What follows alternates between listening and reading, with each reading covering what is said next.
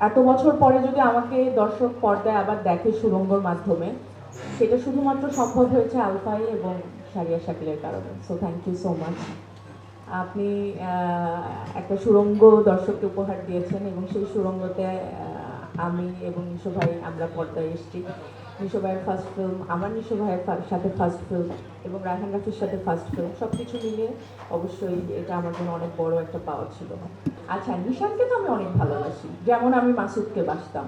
এখন ওই ভালোবাসা এই ভালোবাসার মধ্যে কি পার্থক্য সেটা আপনারা হলে গিয়ে দেখবেন। আর নিশো ভাইকে নিয়ে বলবো, নিশো ভাই তো নিশো ভাই, কি বলবো, বস তো বসই।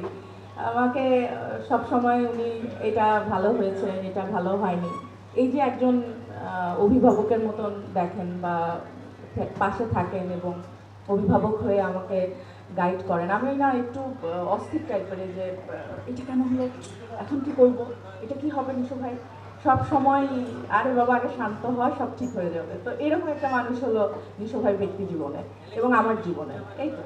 এবং এখানে যারা আছেন আমি জানি সবাই আমাকে অনেক স্নেহ করেন, অনেক ভালোবাসেন, আপনাদের সাপোর্ট সবসময় আমার সাথে ছিল, সবসময় থাকবেও আমি জানি। দাগি আসামিকে এবার সাপোর্ট করেন এবং সাথে দাগি আসামির প্রেমিকা যারা আছেন যে এদেরকেও সাপোর্ট করেন। Thank you.